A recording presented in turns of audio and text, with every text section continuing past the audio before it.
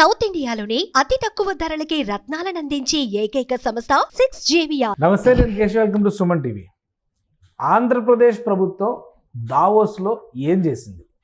పక్క రాష్ట్రాల సీఎంలు కోట్ల రూపాయల అగ్రిమెంట్లు చేసుకుంటుంటే ఏపీ సర్కార్ మాత్రం ఎలాంటి అనౌన్స్మెంట్ లేకుండా తిరిగి ఆంధ్రప్రదేశ్కి తిరిగి వచ్చేసింది. అయితే ఇప్పుడు తెలంగాణ ఐటీ మంత్రి దుద్దిళ్ల శ్రీధర్ బాబు చేసిన వ్యాఖ్యలు ఆసక్తికరంగా మారాయి. ఏపీ ఎంఓయూలు కుదుర్చుకోవడంలో ముందుంది కానీ ప్రకటించలేదు అనేటువంటి ఒక సంచలన విషయాన్ని ఆయన బయటపెట్టారు. సో ఈ కోవలో చూస్తే ఆంధ్రప్రదేశ్ కూడా 1,00,000 కోట్ల పైగా ఎంఓయూలు చేసుకుందా? ఏపీ చేసుకున్న ఎంఓయూల్ని బహిర్గతం ఎందుకు చేయలేదు? ఏపీ వచ్చిన తర్వాత సీఎం చంద్రబాబు నాయుడు, ఐటీ మంత్రి నారా లోకేష్ కూడా త్వరలో గుడ్ న్యూస్ అనేటువంటి మాట మాత్రమే చెప్పి ఎందుకు ఊరుకున్నారు? దీని వెనుక సీక్రెట్ ఏంటి? విశ్లేషించేటువంటి ప్రయత్నం చేద్దాం. మనతో పాటు సుబ్రహ్మణ్యం గారు, అనలిస్ట్ ఉన్నారు. సుబ్రహ్మణ్యం గారు నమస్కారం. నమస్కారం సార్. శ్రీధర్ బాబు గారు మీడియాతో చిట్ చాట్లో కొన్ని కామెంట్స్ చేశారు. అవును, దావోస్ టూర్ గురించి, చంద్రబాబు నాయుడు గారు ముఖ్యమంత్రిగా ఆయన పనితీరు గురించి. అవును, ఒక రకంగా అది ఒక సర్టిఫికేట్ లాంటిది చాలా కాలం తర్వాత. ఎందుకంటే ఒక పక్క రాష్ట్ర మంత్రి అవును, ఆయనను పొగడడం అనేది. అవును. అసలు ఏం జరిగి ఉంటుంది? దావోస్ టూర్లో చాలా ఎక్స్పెక్టేషన్స్ ఉన్నాయి. మహారాష్ట్ర 10 లక్షల కోట్ల పైగా అగ్రిమెంట్స్ చేసుకుంది. తెలంగాణ 1,78,000 కోట్ల అగ్రిమెంట్స్ చేసుకుంది. అలానే తమిళనాడు కానీ కేరళ కానీ ఎవరి ప్రయత్నాలు వాళ్ళు చేశారు. ఏపీ చాలా మీటింగ్స్ అటెండ్ అయింది కానీ రిజల్ట్ అనౌన్స్ చేయలేదు, సీక్రెట్ మెయింటైన్ చేశారు. సో ఇందులో ఏదో వ్యూహం ఉంది అని శ్రీధర్ బాబు గారు అంటున్నారు. ఒకవేళ వ్యూహం ఉంటే ఏముండి ఉండొచ్చు? ఎందుకు అంత సీక్రసీ మెయింటైన్ చేయాల్సినటువంటి పరిస్థితి వచ్చింది? అసలు ఓవరాల్గా శ్రీధర్ బాబు గారు ఇచ్చిన సర్టిఫికేషన్ ఏంటి? చంద్రబాబు నాయుడు గారికి కానీ లేదా పనితీరు విషయంలో కానీ దావోస్లో జరిగిన చర్చల సారాంశం ఫలితాలు కానీ ఆయన ఏమన్నారు? సార్, జనరల్గా అయితే మనకు తెలంగాణ, ఆంధ్రప్రదేశ్కి ఇంతకు ముందు ఉన్నటువంటి రాజకీయ పరిస్థితులు అయితే ఈ సందర్భంలో ఇంకా వాళ్ళని కించపరిచే విధంగా మాట్లాడాలి. ఇప్పుడు అక్కడ వాళ్ళ కూటమి ప్రభుత్వం వచ్చేసి ఎన్డీఏలో భాగం, ఇక్కడ వచ్చేసి కాంగ్రెస్ వాళ్ళు. అది కూడా ఆయన శ్రీధర్ బాబు గారు వాళ్ళందరూ అక్కడ దావోస్లో కలవడం జరిగింది, మాట్లాడుకోవడం జరిగింది. మనకు ఒక్కసారిగా వాళ్ళు సైలెంట్గా వచ్చేసరికి మనకు ఆశ్చర్యం వేసింది అనమాట. కాకపోతే అన్ని దగ్గరలో వాళ్ళు ట్రై చేసినారు. మన రాష్ట్రం గురించి ఉన్న అక్కడ ఉన్నటువంటి ఫెసిలిటీస్, అవకాశాల గురించి చెప్పినారు. కానీ ఏది అనౌన్స్ చేయకుండా సైలెంట్గా వచ్చినారు. ఇప్పుడు శ్రీధర్ బాబు గారు చెప్పింది కానీ ఆలోచిస్తే కొంచెం మనం అందరం కూడా ఆలోచించాల్సిన పరిస్థితి. ఆయన ఏమంటున్నాడంటే ఒక పాయింట్ చెప్పినాడు సార్. ఆంధ్రప్రదేశ్కు ఉన్నటువంటి గ్రేట్ స్ట్రెంగ్త్ వచ్చి సుదీర్ఘమైనటువంటి తీర ప్రాంతం. దానికి సంబంధించి ఎన్నో ఎంఓయూలు చేసుకున్నారు. నేను లోకేష్ బాబు గారిని అడిగినప్పుడు ఎందుకు మీరు ఇక్కడ అనౌన్స్ చేయట్లేదని అడిగినప్పుడు, లేదు అన్నీ మేము ఆంధ్రప్రదేశ్ పోయిన తర్వాత అనౌన్స్ చేస్తామని చెప్పినారని చెప్పేసి చెప్తున్నాడు. ఆయనైతే అబద్ధం చెప్పడు కదా. ఈరోజు ఈ మాట చెప్పేసి రేపు తప్పించుకోలేడు కదా. ఇప్పుడు అసలు చెప్పడం వల్ల ఆయనకు వచ్చేది ఏంటి? ఆయనకు వచ్చే ఆదాయం కూడా లేదు కదా. ఆంధ్రప్రదేశ్ ముఖ్యమంత్రి వచ్చి తెలంగాణ రాష్ట్ర మంత్రికి ఆర్డర్స్ ఇవ్వడం లేదు కదా. ప్రత్యేకంగా పార్టీలు చూస్తే కూడా 2 ధృవాల పార్టీలు అవి. సో అయినప్పటికీ ఒక రకంగా చెప్పాలంటే శత్రు పార్టీ అయినప్పటికీ ఎన్డీఏ గవర్నమెంట్కి శ్రీధర్ బాబు గారు అలా చెప్పడం అన్నది ఒక గొప్ప అతని యొక్క క్యారెక్టర్కి నిదర్శనంగా చూడాలి. ఆడేం లేకుంటుంటే ఊరికే చెప్పడు కదా సార్. సుదీర్ఘమైనటువంటి తీర ప్రాంతం ఉందన్నాడు, ఎన్నో ఎంఓయూలు చేసుకున్నారని అన్నాడు. నేను అడిగినప్పుడు ఎందుకు మీరు ఇక్కడ అనౌన్స్ చేయలేదంటే అక్కడ పోయి తర్వాత చేస్తామని అన్నారు అని చెప్పేసి అన్నారు. సో ఈ పాయింట్స్ అన్ని చూస్తుంటే ఏదో వ్యూహమే ఉందని చెప్పేసి ఆయన అంటున్నారు. మనం కూడా అదే విధంగా ఆలోచించాలి సార్. లేకపోతే ఒక్కటి కూడా లేకుండా ఉత్త చేతులతో వచ్చే పరిస్థితి కాదు కదా. జనరల్గా ఎంత విధ్వంసం ఇంతకు ముందర జరిగినప్పటికీ అట్లీస్ట్ చంద్రబాబు గారు అనే ఒక బ్రాండ్ ఇమేజ్ ఏదో ఒకటి ఉంటుంది కదా సార్ ఫస్ట్ నుంచి దావోస్కి. కానీ ఒక విషయం అంటే ఇప్పుడు శ్రీధర్ బాబు గారు చేసిన కామెంట్స్లో ఇంకొకటి ఆసక్తికరమైనటువంటి అంశం ఏంటంటే, చంద్రబాబు నాయుడు గారు హైదరాబాద్ని ఇబ్బంది పెట్టకూడదు. Correct, it's very important. తెలంగాణని, హైదరాబాద్ని అది అలా ఆ గ్రోత్ అనేది కంటిన్యూ అవుతూనే ఏపీని ఏ విధంగా డెవలప్ చేయాలి, ఏపీకి తగిన పరిశ్రమలు, ఏపీలో ఉన్న వనరులకి తగిన పరిశ్రమలు ఎలా తేవాలి, ఈ వ్యూహం చేయడం అనేది ఆయన మెచ్యూరిటీ, ఆయన రాజకీయ పరిణితి, ఇవన్నీ కూడా చాలా ఆసక్తికరమైనటువంటి అంశాలు దగ్గరగా పరిశీలించే అవకాశం వచ్చింది ఆ దావోస్ టూర్లో అని కూడా అన్నారు. ఎందుకు చంద్రబాబు నాయుడు గారు అంత ప్లాన్డ్గా ఏదైనా ఒక వ్యూహాన్ని అమలు చేసేటువంటి క్రమంలోనే ఈ నిర్ణయాలు, ఈ గోప్యత పాటిస్తున్నారు? ఎందుకంటే ఆయన వచ్చిన తర్వాత కూడా ఎంఓయూలు అనౌన్స్మెంట్ చేసి ఒక మాయాజాలం చేయడం మాకు ఇష్టం లేదు, ఏం జరిగినా రియాలిటీలో చూపించాలి, ప్రజల ముందరే చూపిస్తాం, ప్రజలకే వివరిస్తాం అనేటువంటి ఒక మాట చెప్పారు. ప్రెస్ మీట్లో ఆయన కూడా ఒక మీడియాతో మాట్లాడారు వచ్చిన తర్వాత. ఏం జరిగింది ఏంటి, గుడ్ సైన్ అన్నారు. అవును. గుడ్ విల్ పెరిగింది అన్నారు. అవును. గతంలో జరిగిన డ్యామేజ్ని మేము ఇప్పుడు చాలా వరకు రికవర్ చేయగలిగామని చెప్పి అన్నారు. అవును. సో ఈ సంకేతాలు తప్పితే విషయాలు ఏం బయట పెట్టాలి. అవును. సో ఆ లెక్కను చూసినప్పుడు శ్రీధర్ బాబు గారి కామెంట్స్ ప్లస్ ఇవి ఏం జరిగి ఉండొచ్చు? సార్, శ్రీధర్ బాబు గారి కామెంట్ ఇప్పుడు 2 తెలుగు రాష్ట్రాల ప్రజలు ఆహ్వానించదగినటువంటి థాట్ ప్రాసెస్. ఆయన ఏమన్నాడు, చంద్రబాబు నాయుడు గారు చాలా బ్రాడ్ థింకింగ్లో ఉన్నారు అని చెప్పేసి ఆ సీనియారిటీకి ఆయనకున్నటువంటి ఆ క్యారెక్టర్ని గురించి చెప్పడం జరిగిందనమాట. ఆయన అన్న ఇంకో పాయింట్ ఏంటంటే హైదరాబాద్ని డిస్టర్బ్ చేసే ఆలోచన ఆయనకి లేదు అంటే మనం కూడా అనుకోవాలి సార్. ఎందుకంటే చంద్రబాబు నాయుడు గారు పెంచి పోషించినటువంటి బిడ్డ అని అనుకుందాం ఫర్ ఎగ్జాంపుల్, ఆయన చేతులతో ఆయన ఇది చేయడు కదా. మరి ఇంకొకటి ఏంటేనంటే మీరు అన్నట్టు హైదరాబాదు భౌగోళిక పరిస్థితులు ఒక రకంగా ఉంటాయి, ఆంధ్రప్రదేశ్ భౌగోళిక పరిస్థితులు ఒక రకంగా ఉంటాయి because of longest coastal line. అదే శ్రీధర్ బాబు గారు కూడా కొంచెం ఎంఫసైజ్ చేయడం జరిగింది. సో అలాంటప్పుడు అక్కడికి వచ్చేటటువంటి కంపెనీలు వేరుంటాయి, ఇక్కడికి వచ్చేటటువంటి కంపెనీలు వేరుంటాయి. మనం చూసినా కూడా ఆల్రెడీ ఇక్కడ ఎస్టాబ్లిష్ అయి ఉండేటటువంటి ఫార్మా రిలేటెడ్, తర్వాత వచ్చేసి మనకు ఐటీ రిలేటెడ్ అవన్నీ ఇక్కడికి ఎంవోల్ చేసుకొని రావడం జరిగింది శ్రీధర్ బాబు గారు, రేవంత్ రెడ్డి గారు. సో హైదరాబాద్ని ఆయన డిస్టర్బ్ చేసే ఆలోచన లేదు, ఆయన బ్రాడ్ థింకింగ్కి నేను ఫిదా అయినాను, నాకు చాలా హ్యాపీగా ఉంది సో అనేసి ఈయన శ్రీధర్ బాబు గారు చెప్పడం అన్నది ఒక శుభ పరిణామంగా చూడాలా. చంద్రబాబు నాయుడు గారు హైదరాబాద్ని డిస్టర్బ్ చేయాల్సిన అవసరం కూడా లేదు, అది ఎవరు హర్షించరు. ఆయన కూడా అలాంటి ఒక సంకుచితమైనటువంటి ఆలోచన ఉంటుంది అనేసి మనం కూడా అనుకోకూడదు సార్. అది కాకపోతే శ్రీధర్ బాబు గారు చెప్పినటువంటి పాయింట్, అక్కడ ఎంఓయూలు చేసుకున్నారు, మీరు ఎందుకు అనౌన్స్ చేయట్లేదు ఇక్కడ అని అడిగినాను అని అన్నాడు ఆయన. అంటే ఆల్రెడీ ఎంఓయూలు అయినాయి, జరిగినాయి. కాకపోతే ఇక్కడికి వచ్చి ఏదన్నా వ్యూహం ఉండొచ్చు అన్నాడు ఆయన. ఇంకో పాయింట్ కూడా అన్నాడు, రేపు అవన్నీ వాళ్ళు బయట పెడితే మీ పాత్రికేయులే వాళ్ళని మమ్మల్ని కంపేర్ చేసి మళ్ళా మమ్మల్ని తక్కువ చేసి మాట్లాడతారు మీరు అని చెప్పేసి ఆయన నవ్వడం కూడా జరిగింది అనమాట. సో దీన్ని బట్టి మనము అక్కడి నుంచి ఉత్త చేతులతో వచ్చినారు అని అనుకునే దానికి ఆస్కారం లేదు. సెకండ్ సార్ ఇంకొకటి అంటే ఒకటి నంబర్స్ ప్రకారం మీరు కంటిన్యూ చేసే ముందు నంబర్స్ ప్రకారం ఇప్పుడు పూడిమడక గ్రీన్ హైడ్రోజన్ ప్రాజెక్టుకి 1,85,000 కోట్లు. అవును. ఒక ఏపీలో ఒక ప్రాజెక్టు. అవును. రైల్వే జోను ఒక 1,08,000 కోట్లు, 1,49,000 కోట్లు లెక్క చెప్తున్నారు. 150 కోట్లు, లక్ష కాదు 140 కోట్లు అన్నారు. 150 కోట్లు యావరేజ్గా మొత్తం దాని డెవలప్మెంట్ అంతా అన్నారు. తర్వాత రహదారులు ప్రాజెక్టులకు సంబంధించి 4,500 కోట్లు. ఇవి కూడా ప్రభుత్వం చెప్పింది, కేంద్ర ప్రభుత్వం నుంచి వస్తున్న నిధుల రూపంలో.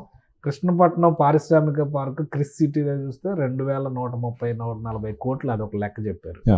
తర్వాత రైల్వే లైన్ ప్రాజెక్టులో ఒక 5,700 కోట్లు లెక్క చెప్పారు. తర్వాత నేషనల్ హైవేస్కి సంబంధించినటువంటి ప్రాజెక్టులో ఒక 3,040 కోట్లు లెక్క చెప్పారు. నక్కపల్లి దగ్గర బల్క్ డ్రగ్ పార్కు 1,870 కోట్లు లెక్క చెప్పారు. 6 రైల్వే ప్రాజెక్టులకు సంబంధించి కొత్త పూర్తిగా రైల్వే లైన్లతో సహా వేస్తుంది. ఇప్పుడు ఒక అమరావతి రైల్వే లైన్కే 2,500 కోట్లు, 2,400 కోట్లు లెక్క చెప్తున్నారు. అది ఒక 6,000 కోట్లు. దగ్గర చంద్రబాబు నాయుడు గారు దావోస్ వెళ్ళే సమయానికే 3.5 లక్షల కోట్ల లెక్క చూపించారు ఇక్కడ స్థానికంగా ఆంధ్రప్రదేశ్లో, దేశంలో ఉంటూ దేశీయ పరిశ్రమలు, దేశీయ ఒప్పందాల ప్రకారం. సో ఈ అంచనా ప్రకారం చూస్తే ఇక్కడే 3.5 లక్షల 7 నెలల్లోనే ఇప్పుడు వాళ్ళు చెప్పేది 6 లక్షల కోట్లకి ఇంచుమించు అయినాటివి రాబోయేటివి అన్నీ కలిపిస్తారు. ఇప్పుడు 7 నెలల్లో 6 లక్షల కోట్ల పెట్టుబడులు మనం ఆంధ్రప్రదేశ్కి తీసుకొచ్చే విధంగా పనిచేసినాం అని చెప్పేసి చంద్రబాబు నాయుడు గారు, లోకేష్ గారు, పవన్ కళ్యాణ్ గారు చెప్తున్నారు.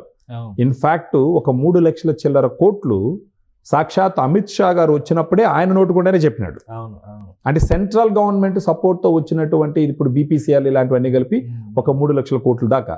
సో 7 నెలల్లో ఎక్కడ ఉండే 6 లక్షల కోట్లు, ఇంచుమించు 4 లక్షల ఉద్యోగాలకి సంబంధించి ఎంవేలు అయినటివి అయితేమి, అవ్వబోయేటివి అయితేమి గురించి చెప్పినప్పుడు దావోస్కి వెళ్ళి వచ్చినప్పుడు ఉత్త చేతులతో వచ్చినారు అని మినిమం 1,00,000 కోట్ల పైన మినిమం ఉండొచ్చు సార్, ఉండొచ్చు. గ్రీన్ హైడ్రోజన్ ప్రాజెక్ట్ 1,80,000 కోట్లు కరెక్ట్. అంటే దావోస్ లో తెలంగాణ ప్రభుత్వం తీసుకున్న ఒప్పందాలు ఒక ప్రాజెక్ట్ తో సమానం. ఆ ఒక్క ప్రాజెక్ట్ అంటే తక్కువ చేసి మాట్లాడడం కాదు కానీ 7 నెలల్లో వాళ్ళు చేసినటువంటి అచీవ్మెంట్ అది ఖచ్చితంగా అచీవ్మెంట్. ఇంకోటి చంద్రబాబు నాయుడు గారు ఒక మాట అన్నారు, హైదరాబాద్ డెవలప్మెంట్ కంటిన్యూ అవ్వాలి, ఏపీలో గ్రోత్ కనబడాలి, తెలుగు వాళ్ళు ఇక్కడ అక్కడ కూడా ప్రపంచం మొత్తం కూడా తెలుగు వాళ్ళు సత్తా ఆటాలని చెప్పి చెప్పినాడు ఆయన. ప్రపంచం అంతా తెలుగు వాళ్ళు ఉండాలనుకున్నప్పుడు తెలంగాణలో ఉండొద్దు, ఆంధ్రాలో ఉండొద్దు అని అనుకోరు. ఖచ్చితంగా సో మనం దానిలో ఏం వివాదం కాదు. కాకపోతే ఆయన చెప్పిన మాటలను కంపేర్ చేసి చూసినప్పుడు, జరిగిన ఒప్పందాలు సంఘటనలు చూసినప్పుడు దగ్గర ఒక 2 లక్షల కోట్ల మేరకు ఉంటేనే ఒప్పందాలు శ్రీధర్ బాబు గారు మీరు మమ్మల్ని హేళన చేస్తారు రేపు వాళ్ళని రివీల్ చేస్తారు అనడానికి ఒక నిదర్శనం అనడానికి ఒక తీసుకోవచ్చు. అవకాశం ఉంది. అవును. ఇంకో మాట, చంద్రబాబు నాయుడు గారు మీడియాతో చేసినటువంటి వ్యాఖ్యల్లో ఇంకొక మాట అన్నారు. ఏంటి ఈ సార్ ఇది? ఒప్పందాలు ఇవన్నీ కూడా మామూలుగా మీరు కూడా ఇప్పుడు చాలా అగ్రిమెంట్స్ చూస్తాం మనం, వితౌట్ ఎనీ ప్రైమరీ డిస్కషన్స్ ఒక కన్వెన్షన్కి వెళ్ళి వైజాగ్ లో ఒక జరిగింది కదా సెమినార్లో ఒకసారి. కూర్చుని కొన్ని గంటల చర్చలతోనే అగ్రిమెంట్లు రాసి పేపర్ మీద సంతకాలు పెట్టుకోవడం పెద్ద మ్యాటర్ ఏముంది సార్? పెట్టేస్తారా? కావాల్సిన పెట్టేస్తారా అసలు? ముందు అట్లా దానికి జరగదు సార్. కొంత ground work, so and so company, so and so offer proper గా చెయ్యాలి అని అంటే మనం కూడా ఇంత ముందు డిస్కస్ చేసినాము. ఇదే బజార్కు పోయేసి 2 ఇడ్లీలు బోండాలు కొనుక్కొని తీసుకొని వచ్చేయడం కాదు కదా సార్. ఇది ఒక కంపెనీ అంటే వాళ్ళకి కొన్ని సిస్టమ్స్ ఉంటాయి. ఇప్పుడు అదేంటి సార్, అది ఒక ఎగ్జిబిషన్. అది అవును అవును అంటే అక్కడ పోయి వస్తువులు కొనుక్కొని సంకలు పెట్టుకుని వచ్చేయడం కాదు అది. బహుశా తెలంగాణ గవర్నమెంట్ 1,80,000 కోట్ల ఇది తీసుకొచ్చినారంటే వాళ్ళకి ఇంతకు ముందర నుంచి ఎప్పటి నుంచో వర్క్ స్టార్ట్ అయి ఉంటుంది. వర్క్ స్టార్ట్ అయ్యి ఫైనల్ స్టేజ్ లో అక్కడికి పోయి ఓకే డన్ మీకు మాకు ఓకే అని చెప్పేసి సంతకాలు పెట్టుకొని ఆ ఫోరం దాన్ని ఇదిగా చేసుకొని వచ్చి ఉంటారు. అదేవిధంగా ఇప్పుడు ఏపీ పరిస్థితి ఏంటంటే అక్కడికి వెళ్ళి అక్కడ ఉన్న ఇప్పుడు ఏఐలో కానీ బిల్గేట్స్తో కూర్చోవడం జరిగింది. సో వేరే ఒక ఎడ్యుకేషన్కి రిలేటెడ్ వచ్చేసి టాప్ యూనివర్సిటీస్, గ్లోబల్గా ఉన్న యూనివర్సిటీస్ వాళ్ళతో లోకేష్ గారు కూర్చోవడం జరిగింది. చంద్రబాబు నాయుడు గారు వరుసపెట్టి అందరికీ ఆంధ్రప్రదేశ్లో ఉన్నటువంటి ఈయన ఆలోచనలు, ఆంధ్రప్రదేశ్లో ఉన్నటువంటి అవకాశాలు, వీళ్ళు గవర్నమెంట్ పరంగా చేయబోయే సపోర్ట్ గురించి ఎక్స్టెన్సివ్గా మాట్లాడడం జరిగింది. దీంట్లో వాళ్ళకు కూడా ఎంతో మంది పాజిటివ్గా ముందరకు కూర్చుంటారు. ఖచ్చితంగా బ్రాండ్ చంద్రబాబు నాయుడు గారు అని లోకేష్ గారు పదే చెప్తూ ఉంటారు. ఖచ్చితంగా అక్కడ కూడా వర్కౌట్ అయి ఉంటుంది. ఇప్పుడు ఫర్ ఎగ్జాంపుల్ చిన్న విషయం అనుకుందాం, పోయినసారి ఇంతకు ముందర గవర్నమెంట్లో ఉన్న వాళ్ళు దావోస్కి వెళ్ళినప్పుడు మనం చూసింది ఏంటి, it is a length question అని ఒకటి, ఇంకొక ఆయన చలికి మేము అది ఒకటి, ఇంకొక ఆయన మేము చలికి పోలేదు, చలి పడుతుంది అందుకని మేము పోలేదు అన్నది ఒకటి. ఇప్పుడు వీళ్ళు చేసింది ప్రతిదీ మీడియా ముఖంగా ప్రతిదీ చూపించినారు. వీళ్ళతో కూర్చుంటున్నాము ఇది డిస్కస్ చేస్తున్నాము, వీళ్ళతో కూర్చుంటున్నాం ఇది డిస్కస్ చేస్తున్నాం అంటే వాళ్ళు పర్సువేట్ చేస్తున్నారు. ఈ పర్సువేషన్లో ఫర్ ఎగ్జాంపుల్ మనం అనుకుందాము, ఎంతో మంది ముందరకు వచ్చి సూచన ప్రాయంగా మన ఏపీ గవర్నమెంట్కి ఓకే మేము వస్తాము, మాకు కూడా ఫీల్డ్ విజిట్ రిక్వెస్ట్ చేశారు. ఎందుకంటే చంద్రబాబు నాయుడు గారు ఒక మాట అన్నారు, సిఇఓలు, కంపెనీల ఫౌండర్స్, ఎంఎన్సీలు చెందినటువంటి పర్సనాలిటీస్ వస్తారు, సో ప్రిపేర్ ఫర్ దట్. వాళ్ళ రిక్వైర్మెంట్స్కి తగ్గట్టుగా మీరు ఏం చూపించాలి, హౌ టు షోకేస్ ఆంధ్రప్రదేశ్ అనే దాని మీద ఒక డైరెక్షన్ ఇచ్చారు, కొన్ని గైడ్ లైన్స్ ఇచ్చారు అఫీషియల్స్కి. చీఫ్ సెక్రటరీ గారు ఆధ్వర్యంలో జరిగిన మీటింగ్కి. సో అంటే ఏంటి, ఒక రెడీ చేసినాడు ఆయన, అక్కడ రెడీ చేసి అక్కడికి పోయి వాళ్ళు ఇక్కడ తీసుకొచ్చి ఫైనల్ గా చూపించి ఇప్పుడు శ్రీధర్ బాబు గారు చెప్పినట్టుగా అగ్రిమెంట్ సంతకాలు చేస్తారు. ఈ ఐడియా గాన ఇదన్నీ ఈ విషయాలన్నీ శ్రీధర్ బాబు గారికి తెలుసు కాబట్టే ఆయన అనేది అక్కడ ఓకే అయిన వాళ్ళకి ఎంఓఎల్ చేసుకున్న విషయం ఎందుకు చెప్పట్లేదు అని అడిగినాను. మేము అక్కడికే పోయి చెప్తామన్నారు. అంటే బహుశా వాళ్ళ ఫైనల్ విజిట్ ఏపీకి తీసుకొచ్చి అక్కడ ప్రాక్టికల్గా వాళ్ళకి ఉన్నటువంటి అవకాశాల గురించి ఎక్స్ప్లెయిన్ చేసి వాళ్ళని సాటిస్ఫై చేసి ఫుల్ అండ్ ఫైనల్గా సంతకాలు పెట్టుకునే అవకాశం ఒకటి ఉంటుంది.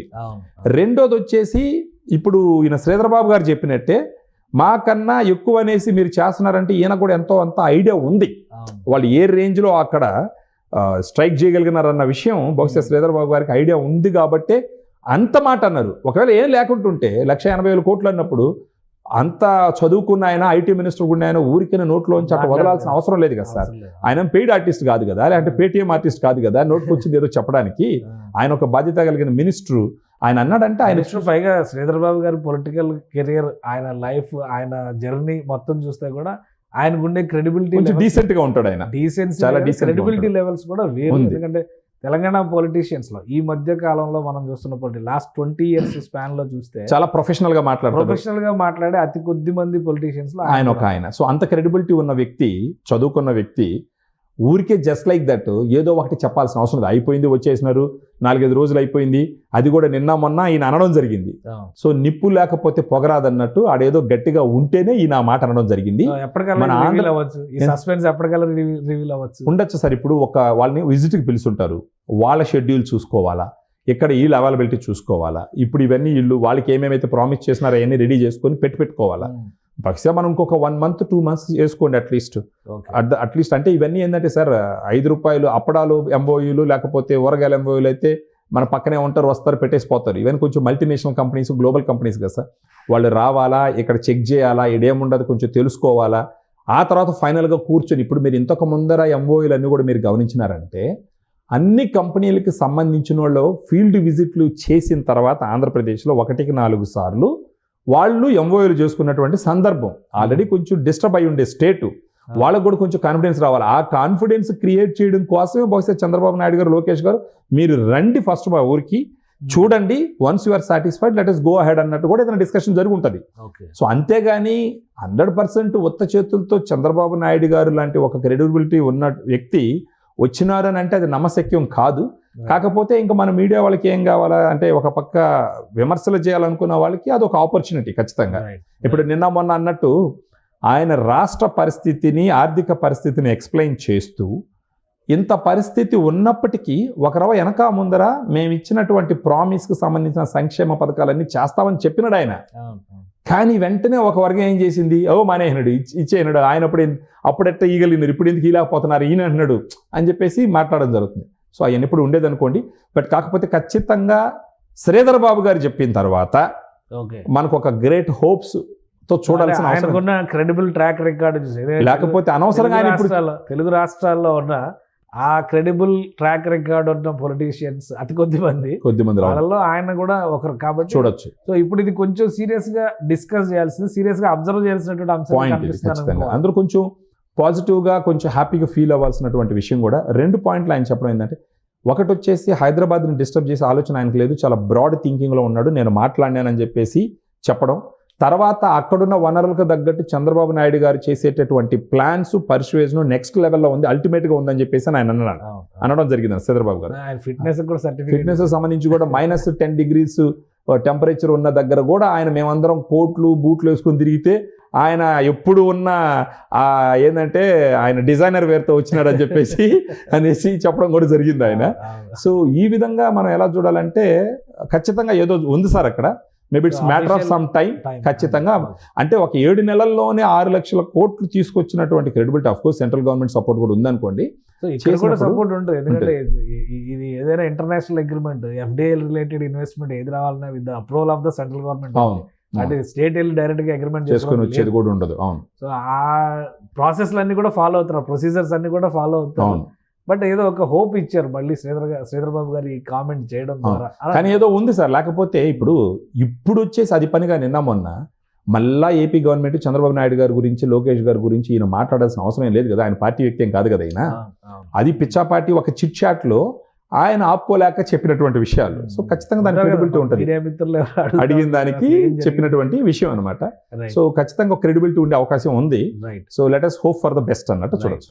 థ్యాంక్ యూ సుబ్రహ్మణ్య గారు విశ్లేషణ అందించారు. ఇది దావోస్ టూర్ కేవలం బ్రాండింగ్ కోసం, గుడ్ విల్ మేకింగ్ కోసం మాత్రమే కాదు, MOUల దిశగా కూడా నడిచిందని శ్రీధర్ బాబు గారు ఇచ్చినటువంటి ఇన్ఫర్మేషన్ బట్టి అర్థమవుతుంది. అలానే రాష్ట్ర ప్రభుత్వం పూర్తిగా సమగ్ర అధ్యయనం తర్వాత అంతర్జాతీయ సంస్థల్ని గ్రౌండ్ రియాలిటీ చూపించి ఆ తర్వాత MOUల దిశగా వెళ్ళే అవకాశాలు కనిపిస్తున్నాయి. అలానే ఈ కామెంట్స్ని కనుక డీకోడ్ చేసి చూస్తే కనీసం 2 లక్షల కోట్లకు తగ్గకుండా ఏపీకి కూడా ఆఫర్స్, MOUలు బహుశా క్యూ లైన్లో ఉన్నాయనేటువంటి సంకేతాలు అయితే స్పష్టంగా కనిపిస్తుంది. కానీ కొద్ది రోజులు వేచి చూడాల్సిందే, ఏం జరగబోతుంది, అఫీషియల్గా ఇదంతా ఎప్పుడు రివీల్ కాబోతుంది అనేది మాత్రం ఆసక్తికరమైన అంశంగా మారిందని సుబ్రహ్మణ్యం గారు అంటారు. ఇది special discussion. Keep watching. Suman టీవీలో మీ పర్సనల్ అండ్ బిజినెస్ ప్రమోషన్స్ కోసం కింది నెంబర్కి కాంటాక్ట్ చేయండి.